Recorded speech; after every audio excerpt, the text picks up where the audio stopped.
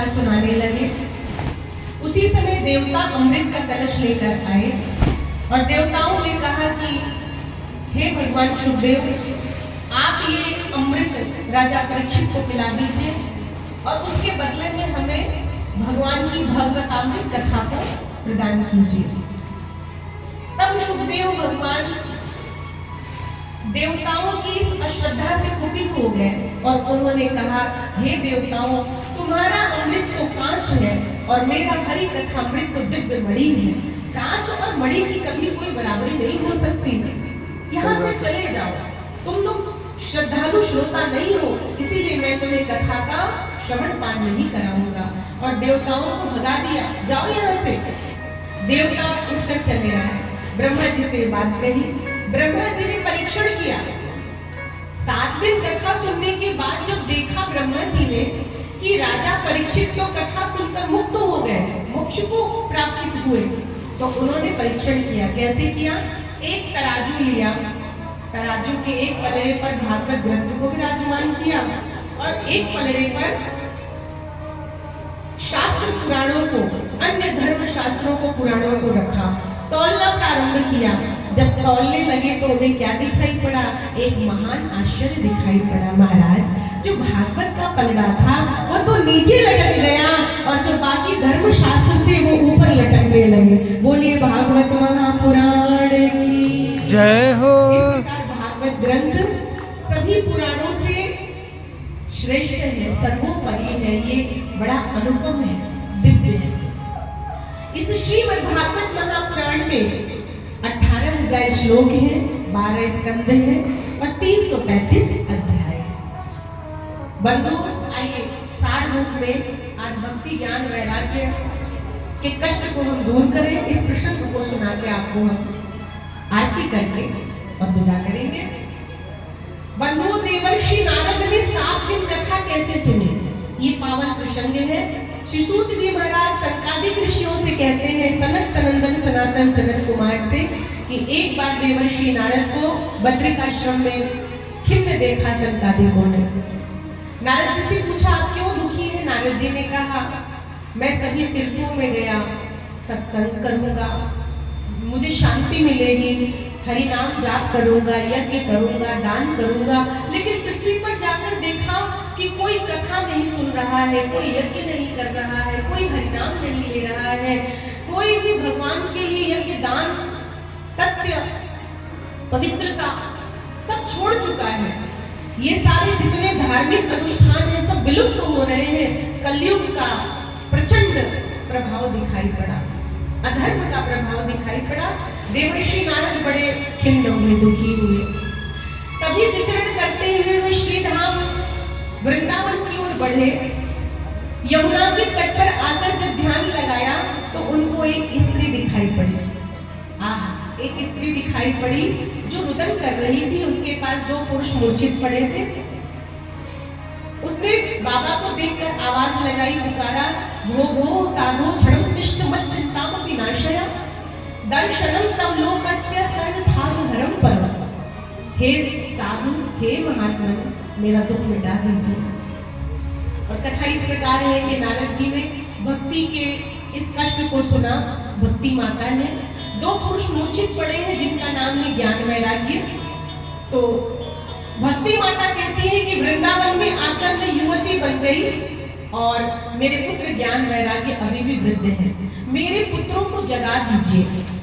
अब ज्ञान वैराग्य को स्वस्थ करने के लिए नारद जी ने वेद वेदांत का पाठ किया, गीता पाठ किया, लेकिन ज्यादा लाभ नहीं हुआ। ज्ञान वैराग्य लड़खड़ाकर खड़े होते और फिर मूर्छित होकर गिर पड़ते। तब उसी समय आकाशवाणी सुनाई पड़ी और आकाशवाणी ने कहा कि सत्कर्म करो। आकाशवाणी ने जब कहा कि सत्कर्म करो तो देवर्षि नारद पुनः बद्रिकाश्रम में आए हैं, जहां सनकादिक ऋषियों का दर्शन हुआ।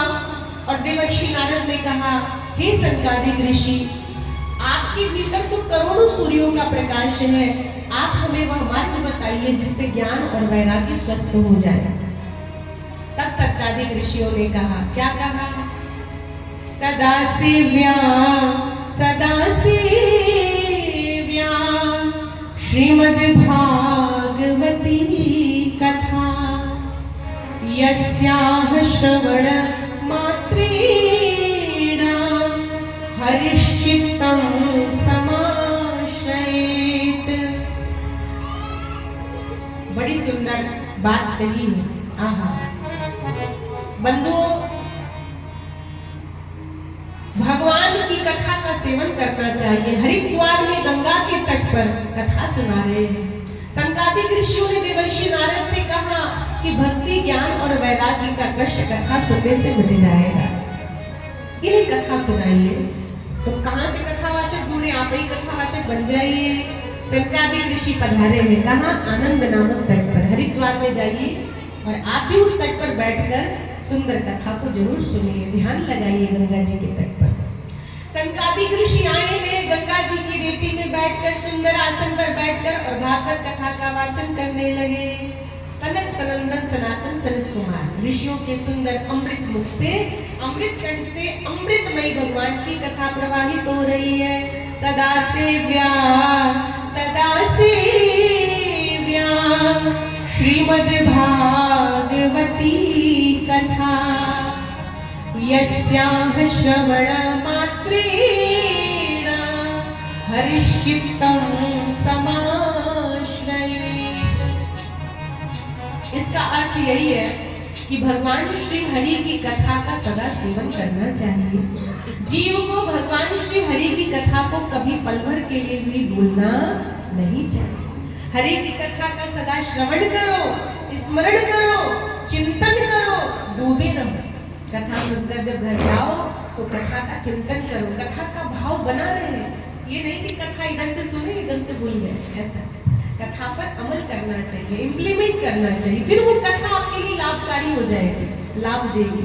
अब आप वैद्य ने आपको औषधि दी, दवाई दी, भैया समय से खा लेना, भोजन करना और गुनगुने जल के साथ दवा को खा लेना। पता चला आपने औषधि डॉक्टर से ली लेकिन खाई नहीं, तो लाभ हो जाएगा क्या? केवल लेने से लाभ होगा कि खाने से लाभ होगा? लेने से ज्यादा खाने से लाभ होगा। उसी तरह से कथा सुनी, ये तो बहुत अच्छा किया, लेकिन कथा सुनकर अगर जीवन में नहीं उतारा तो उससे लाभ होने वाला नहीं है। कथा सुनकर जीवन में लगाइए, जीवन बदल जाए, तब समझिए कि हाँ असली कथा हमारे भीतर पहुंच चुकी है। प्रेम से बोलो, जोर से बोलो। भूख लग गई क्या? भैया हमारी सवेरे से लगा के बैठ गई, रोटी पानी ब्याह में खाई नहीं। रोटी पानी ना हुआ क्या? कितनी भैया भूखी है। कोई बात नहीं, आज व्रत हो गया, समझ लो एकादशी है। एकादशी आज मंदिर में बैठे रहोगे भूखे राजा राम। कोई वाली कहानी हो गई, कभी सुना देंगे। एकादशी बनाओगे, बैठे रहोगे, ठाकुर जी को भी कहोगे हम भी भूखे तुम भी भूखे। आज रोटी पानी का प्रबंध नहीं है, सिर्फ फलाहारी करो और फल से काम चलाओ, पेट भरो। आज भोजन मिलने वाला नहीं। प्रेम से बोलो राधे, जोर से बोलो।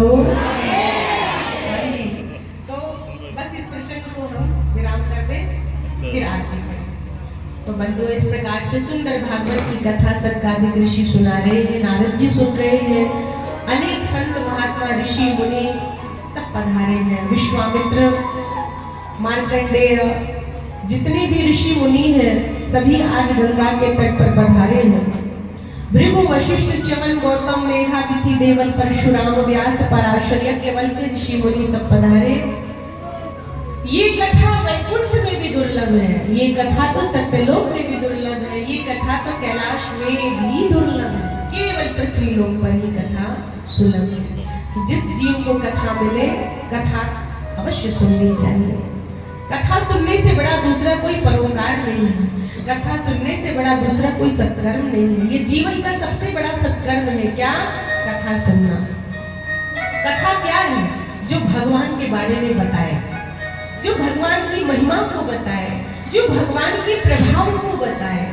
भगवान के प्रभाव को जब सुनोगे, भगवान की महिमा को जब सुनोगे तो तुम्हें भगवान में अनुराग होगा, और जब भगवान में अनुराग होगा तब तुम्हें भगवान के चरणों में राग होगा, तब तुम्हें भगवान के चरणों में प्रेम होगा। प्रेम से बोलो, जोर से बोलो। राधे बोलो भाई। राधे राधे। भगवान की महिमा सुनोगे, प्रभाव को जानोगे, तब तुम्हें भगवान के चरणों में अनुराग होगा। और जब भगवान की महिमा से अनुराग होगा तो गोविंद के चरणों में राग होगा, भगवान से प्रेम हो जाएगा। हम 7 दिन कथा सुनेंगे तो निश्चित कहती हूँ आपको भगवान के चरणों में परम अनुराग हो जाएगा, गोविंद से प्रेम हो जाएगा। इस प्रकार बंधु कथा सुनकर आश्चर्य हुआ कि भक्ति महारानी उठकर खड़ी हो गई, नृत्य करने लगी, कीर्तन प्रारंभ हो गया और ज्ञान वैराग्य जो भक्ति के पुत्र मूर्छित पड़े थे वो भी स्वस्थ उठकर खड़े हो गए, स्वस्थ हो गए और अपनी माता के साथ वह भी नृत्य करने लगे। आइए हम भी कीर्तन करके और भगवान की सुंदर कथा को, आज की मंगलमय कथा को विराम करेंगे बड़े प्रेम और भाव से। श्री कृष्ण